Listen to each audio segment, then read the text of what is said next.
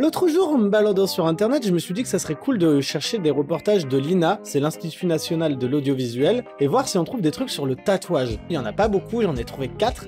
Il y en a 2 qui parlent de Bruno, le premier tatoueur connu français, le tatoueur de Pigalle, et j'en ai 2 autres qui correspondent à des années sur pourquoi les Français se font tatouer, ainsi que le détatouage en 1991. Donc je me dis que ça serait cool qu'on regarde ça ensemble, que je réagisse, et puis voilà. J'ai jamais fait ça avant. Si tu veux me soutenir, n'hésite pas à rejoindre la chaîne. Vous êtes nombreux à regarder les vidéos sans être abonné, alors qu'est-ce que vous attendez? Vous, ça vous coûte un petit clic sur un bouton, et moi, ça m'aide vraiment beaucoup. Tu peux aussi partager cette vidéo et mettre ton meilleur like. Le partage sur les réseaux sociaux, c'est le meilleur moyen de me soutenir gratuitement. Et si t'as l'envie et un petit peu de sous, eh ben tu peux toujours faire un don sur Utip.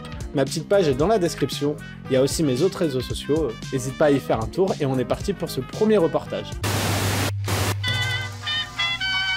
Alors, 1964, Bruno, le tatoueur de Pigalle.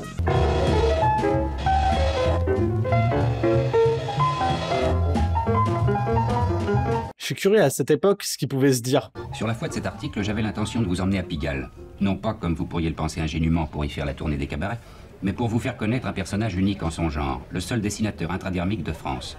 Autrement dit, un tatoueur, disons, légal, mettant le tatouage à la portée de tous. Alors déjà, dessinateur intradermique.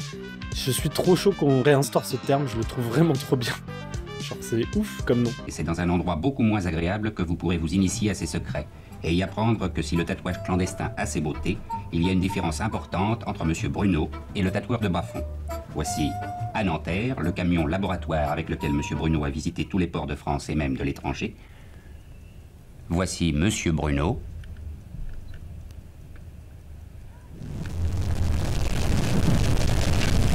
C'était un autre rythme, les documentaires à l'époque. Genre le mec il dit voici Bruno, il y a un gros blanc après. Ce qui m'a fait rire c'est aussi la différence en mode... ça m'a fait penser au sketch des inconnus, genre il y a le bon tatoueur et le mauvais tatoueur. Quelle différence y a-t-il entre le bon et le mauvais chasseur? Je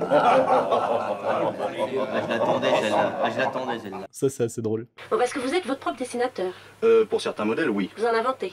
Certains, mais il y en a de très très communs que l'on rencontre dans tous les Les ports du motifs monde. traditionnels. Les motifs traditionnels. Alors, au gré du client ou au gré personnel du tatoueur, on les modifie, on les raffine, ou enfin...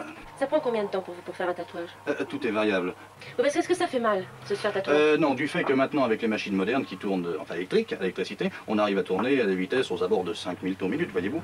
Les questions des journalistes, elles ont pas changé quoi. Est-ce que c'est vous qui faites vos dessins? Est-ce qu'un tatouage ça fait mal? Le plus grand pays du tatouage, à vrai dire, ce devrait être, à mon avis, le Canada, et en Europe... Le Canada? Oui, et en Europe, la Norvège. Les Norvégiens sont très tatoués. C'est beau parce qu'à l'époque, du coup, le pays le plus important dans le tatou était le Canada. C'est encore assez vrai. Au Canada, par exemple, les gendarmes, ils peuvent être avec des bras remplis de tatouages full couleur et tout. Là-bas, c'est un peu culture américaine. Et du coup, à l'époque, en Europe, c'était la Norvège. Ça, c'est surprenant. Là, on attaque les tatouages sentimentaux, parce que ça existe aussi. Et alors, par exemple, voyez-vous, on tombe dans la série des cœurs. Alors ça, c'est l'amour sentimental en général. En général, oui. Maintenant, nous arrivons dans une autre série, voyez-vous, l'amour. Enfin, le sentiment. Et là, il est marqué, par exemple, à la suite d'un portrait d'une photo. On apporte une photo, et je m'efforce, en 5 ou 10 croquis, de retrouver l'aspect de la personne que l'on désire avoir tatouée. Et à ce moment-là, c'est vraiment le tatouage sentimental entier, qui se rattache à quelqu'un. Est-ce que vous croyez que les hommes sont plus fidèles s'ils ont la femme tatouée sur eux? C'est en tous les cas une très grande preuve d'amour. Cette question, est-ce que les hommes sont plus fidèles s'ils ont leur femme tatouée sur eux? Mais... ouais, certainement. En tout cas, oui, c'est une belle preuve d'amour, comme dit Bruno, effectivement. C'est très drôle ce reportage, genre de voir un petit peu les significations qu'on pouvait mettre, qui étaient, je trouve, beaucoup plus générales. Genre, tu voulais représenter l'amour, bah, tu faisais pas 10 000 choses, tu faisais genre un cœur. Voilà. Tu voulais représenter ta femme, tu faisais ta femme genre sur son visage, quoi, ou son prénom. Il n'y avait pas genre des significations vraiment très profondes ou cachées derrière des symboles un peu plus complexes, on va dire. Le tatouage esthétique, c'est réparer une malformation naturelle, voyez-vous. Et c'est là où on intervient, alors sans encre. On tatoue sans encre, alors. Il y a différentes applications. Il y a... Oui, tout ce qui est lit de vin et tout ce qui est lit de vin, choses comme ça, c'est ça, oui. Mais alors, est-ce que vous arrivez par exemple vraiment à faire disparaître certaines choses pour... Oui, enfin dans la généralité, oui. Voyez-vous, mais il y a des cas rebelles dans tout, comme dans tout. Enfin, en principe, on arrive assez bien. Donc le tatouage pour réparer genre des défauts existait déjà à l'époque. C'est super intéressant. Genre pour cacher des cicatrices, des taches de naissance, des lits de vin. Je savais pas qu'à l'époque ça se pratiquait déjà. Et du coup apparemment ils faisaient beaucoup ça en tatouant sans encre. Et que ça pouvait effacer, je pense, refaire l'épiderme. Avec ce que vous me dites là, ça fait qu'on pourrait se faire presque un maquillage entier qui ne partira jamais. C'est courant. Pour les femmes. C'est courant en Suède, voyez-vous. Les femmes se font tatouer des lèvres rouges. Se font, enfin, certaines d'un autre milieu cette fois-ci, se font tatouer les dessus des paupières. C'est ça, bleu. Et donc il parle de ce qu'aujourd'hui on pourrait appeler le maquillage semi-permanent. Donc c'était aussi appliqué à l'époque. C'est super intéressant de voir que en fait il y a eu des évolutions dans le sens où voilà, les motifs se sont vraiment complexifiés. On peut faire un peu plus de choses techniquement. Mais par contre les applications sont globalement les mêmes dans notre société aujourd'hui, quoi. Vous pensez vraiment que vous allez pouvoir gagner votre vie à Pigalle en faisant des tatouages, disons, honnêtes? Vous entendez par là tatouage Qui ne soient pas clandestins. Ah, il n'y a aucune raison que je sois clandestin du fait que j'ai fait tout ce qu'il y avait en France et que j'ai suivi la législation en plein. Et je pense travailler à Pigalle du fait que lorsque l'on part dans un métier neuf quelque part, on mise sur le fameux kit double.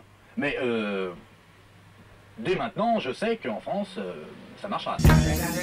Alors c'est super drôle cette question parce qu'à l'époque on se demandait du coup si le gars pouvait en vivre. Aujourd'hui je me vois mal demander à un tatoueur mais tu penses vraiment que tu peux vivre de tes tatouages? Du coup ben il était vraiment artiste tatoueur, c'était le premier quoi, qui faisait ça dans les règles de l'art, avec l'hygiène qui était mise en place à l'époque. Je sais qu'il tatouait pas les mineurs déjà, je sais qu'il voulait pas tatouer de choses obscènes. C'était vraiment le premier gars à fournir un travail de qualité. C'était limite un paria pour les autres quoi. Et je trouve ça trop intéressant, même l'entendre parler. On le voit même vêtu, il essayait de s'habiller entre guillemets avec les codes vestimentaires de l'époque. Il n'était pas trop en dehors des codes, histoire de lisser cette image du tatouage de paria, de marin fait sur des bateaux. C'est ouf, je trouve. C'est trop intéressant. Alors, deuxième documentaire qui parle encore de Bruno de Pigalle, c'est ses anecdotes. Pourquoi est-ce que les gens viennent se faire tatouer? Ça, c'est la question évidemment classique, mais la question à laquelle, en tant que professionnel, je ne peux quasiment pas répondre par des généralités. Alors si vous voulez, on va prendre précisément. Est-ce qu'il vous vient plus d'hommes que de femmes? Oui, 95% d'hommes, 5% de dames. C'est bien assez parce qu'elles sont très embêtantes. Est-ce que c'est plutôt des jeunes, plutôt des vieux? Le tatouage répond, si vous voulez, à un âge moyen, c'est-à-dire environ et en moyenne 34-37 ans. J'entends par là qu'il y a des jeunes gens qui sont tentés par le tatouage, mais il y a aussi des personnes qui ont 70 ans et qui me demandent de les tatouer. Est-ce que c'est, à votre avis, dans l'ensemble, surtout pour s'affirmer? Le tatouage répond à tout un tas de choses, c'est-à-dire à tout ce que l'homme est susceptible d'imaginer et de puiser dans le tatouage. D'ailleurs, je crois que, en considérant l'hétéroclisme des outils à tatouer qui ont été utilisés jusqu'à nos jours, ou bien même dans les endroits où les gens n'ont pas toujours moyen de se procurer des outils à tatouer, ils arrivent à tout de même s'ingénier à en trouver ou à en faire. Eh bien, cela montre combien le tatouage est un besoin. On est un peu plus tard, j'ai pas la date de ce reportage, j'essaierai de la trouver et je vous la mettrai au montage. Mais ce qui est méga intéressant, c'est qu'on trouve une pluralité de raisons de se faire tatouer et c'est encore le cas aujourd'hui. Mais à l'époque, c'était pas tellement compris. Et genre, j'adore sa phrase qui dit, ben c'est s'il y a des hommes qui ont toujours réussi à créer du matériel pour se tatouer, c'est qu'en fait le tatouage c'est un besoin pour certains. Il suffit de faire des petites capsules, de demander à vos amis tatoués autour de vous pourquoi ils font du tatouage, pourquoi ils se font tatouer, et bah vous verrez que ça se trouve c'est pas du tout vos réponses à vous. Et c'est ça qui est trop intéressant dans le tatouage. Il y a genre vraiment autant de raisons qu'il y a de styles de tatouage disponibles ou d'artistes disponibles. Et je trouve ça trop bien. Même sur une personne, genre par exemple moi j'ai des pièces qui sont là pour l'esthétisme, d'autres pièces qui ont une histoire, d'autres pièces qui sont juste des moments que je veux ancrer. J'ai pas une seule raison de me faire tatouer. J'en ai plusieurs. C'est ainsi que les deux présidents Theodore Roosevelt étaient tatoués, car ça se faisait dans la famille des Roosevelt. Ça s'est fait dans de nombreuses familles aristocratiques autrefois. Mais juste... petite pause là, on voit le gars en train de fumer pendant qu'il se fait tatouer le torse. C'est vraiment un autre monde en termes d'hygiène et tout. J'ai même pas fait gaffe, je pense qu'il n'y avait pas de gants, j'ai pas fait attention à ça. Ces bonnes mains avec plein d'encre là. Miam miam miam. Impensable aujourd'hui. Inimaginable. Mais on peut voir qu'il a les ongles courts. Il faisait quand même attention. Pourquoi ces tatouages? Bien, ces tatouages, ça me plaît beaucoup. Donc c'est un petit besoin que j'ai. C'est pour me rassurer moi-même. Ça représente pas mal d'animaux qui ont disparu dans quelques années, donc j'ai toujours leur photo sur moi. Vous vous sentez solidaire d'animaux disparus? Ah oui, mais je suis contre l'extinction des races. Qu'est-ce que ça fait pour vous? Ça vous tient compagnie? Ah, ça me tient compagnie, ça me plaît beaucoup. Ouais. J'aime bien des fois me déshabiller, me regarder une grande glace murale l'examiner. Oui, il y a de quoi d'ailleurs. Mais est-ce que vous le montrez beaucoup aux autres? Non, pas tellement. Pas tellement pour les autres, c'est plutôt pour moi-même. Donc à l'époque, on était obligé d'expliquer, genre les gens ne comprenaient pas pourquoi on se faisait tatouer, quel était l'intérêt de ça et tout. Et du coup, tout ce reportage tourne autour de l'explication de ça aide des gens, c'est normal, il y a des gens comme nous, il y a des médecins, il y a des avocats. C'est assez dingue. Genre aujourd'hui, tout le monde s'en fout, c'est rentré dans les mœurs. Et on comprend pourquoi certains gens se font tatouer. Après, on n'aime pas et tout, ça c'est une autre question. Mais à l'époque, on comprenait même pas ça. Genre, on comprenait même pas le fait de se tatouer, quoi. C'est hallucinant. Alors là, j'hallucine. Alors, le troisième reportage, on est en 1986 et on va savoir pourquoi les Français se font tatouer. Fallait se faire tatouer à ces époques-là. Enfin, c'était couillu un peu. Je pense que ça doit plus partir après. C'est éternel, non? Tu trouves ça bien? Ouais. T'aimerais un jour te faire tatouer? Ouais. Pas partout, mais une petite tatouage sur le bras, n'importe quoi. Ça te plairait bien? C'est original, ça me viendrait pas l'idée, c'est tout. Qu'est-ce qui se tatoue en général? Ce sont des... je sais pas, des voyous. Oh wow, mamie qui balance le terme. C'est des voyous qui se font tatouer. En 86, c'est pas si loin. Je pense pas qu'il y ait de lien direct entre le sujet tatoué et un type psychologique particulier de personnalité. Notamment, on ne peut pas assimiler directement tatouage et troubles mentaux. On en est là. Genre, les gens, ils assimilaient tatouage et troubles mentaux. Ah ouais. Oh, la violence. Est-ce que vous pourrez éventuellement un jour vous le faire enlever? J'y tiens pas. Même si c'était possible, je voudrais pas. Il y a une chose qui est évidemment très importante, c'est de se rappeler que le tatouage est indélébile. Et que le seul moyen de l'enlever se fait au prix d'une cicatrice qui est souvent extrêmement disgracieuse. Donc le tatouage est une peinture sur soi, une marque sur le corps, une marque qui ne s'enlève pas ou qui, si elle s'enlève, remplace en quelque sorte une cicatrice. Alors aujourd'hui, on a encore ce délire de attention, le tatouage c'est à vie. Alors ouais, c'est super important. Je veux bien réfléchir sur un premier tatouage, mais faut relativiser. C'est aussi que un tatouage. Plus on a de tatouages, plus on a ce déclic de prendre du recul sur la signification. Il y a de plus en plus aussi de gens qui vont se faire tatouer juste par attrait de l'esthétisme, sans forcément de message derrière. Et je pense que justement un tatouage esthétique, genre purement esthétique, on aura moins tendance à le regretter qu'un tatouage où il y a un message. C'est mon petit avis. Mon petit avis. Oui, c'est bon. Il y a bien la liaison. On a beaucoup de petits oiseaux, des petites fleurs, des choses féminines pour les gens, pour les femmes, et puis on a beaucoup... je sais pas moi.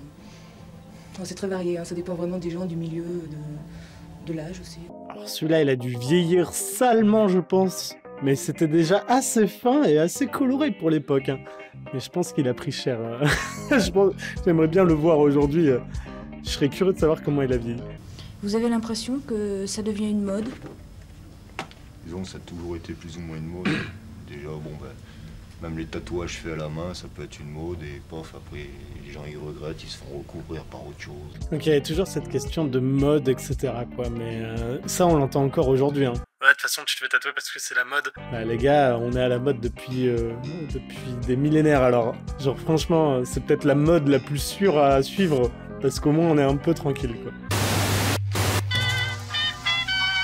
Alors, dernier documentaire, et je suis assez intéressé, et je m'y connais pas tellement dans cette partie-là, on va dire, c'est le détatouage au laser, et là, le documentaire, il date de 1991. Donc ça existait déjà dans les années 90, ça existait peut-être même déjà avant, je sais pas du tout. Ça va, c'est pas trop enfumé? Non. Pour faire peau neuve et effacer une erreur de jeunesse, Jean-Marc doit en passer par là. Mieux vaut bien se tâter avant de se tatouer. Un tatouage est garanti 6 mois après la mort. Je ne pouvais pas travailler les manches avec des manches courtes. Je suis VRP, donc vis-à-vis de la clientèle, de ma direction, tout ça, j'ai toujours caché mon problème comme une maladie, ça me gênait beaucoup. Ah ouais, donc lui, il était vraiment pas bien avec son tatou, quoi, pour arriver à ne plus le supporter comme ça. Alors il y a des gens qui ça arrive encore aujourd'hui. L'avantage, c'est qu'avec le temps et les connaissances, on sait que voilà, un tatouage, tu peux toujours te le faire couvrir ou te le faire retirer au laser. Je pense qu'à choisir, si je dois m'en enlever, je ferai du cover en fait. C'est beaucoup moins cher, je pense, beaucoup moins douloureux. L'image du passé s'en va, la cicatrice diminuera, mais restera. Ce tatouage qui est parti, ça fait un poids énorme de moins. Je peux déjà me me sentir bien mieux. Ma vie sera beaucoup plus belle, puis pour ma femme aussi. On ne sera pas catalogué tout de suite dans la hiérarchie des loulous ou des branleurs. Les petits branleurs de 20 ans, attends, ils ont tous un tatouage, mais ils savent jamais ce qu'ils veulent, tu sais. En 90, t'avais toujours cette image de t'es un branleur parce que t'es tatoué ou t'es un loupard parce que t'es tatoué. Bon, le reportage était un petit peu court, mais au moins ça nous a permis de voir un petit peu aussi que dans les années 90, il y avait déjà ce système de détatouage au laser. Bon bah voilà, cette vidéo est terminée, j'espère qu'elle t'aura plu. N'hésite pas à me le dire en commentaire, peut-être que certains qui me regardent sont issus de ces années-là et ce serait vraiment intéressant d'avoir des retours là-dessus. Toujours le petit pouce, l'abonnement, le partage, le don sur Utip si t'es généreux et que t'as envie de m'aider. Et puis bah voilà. Ah, des bisous.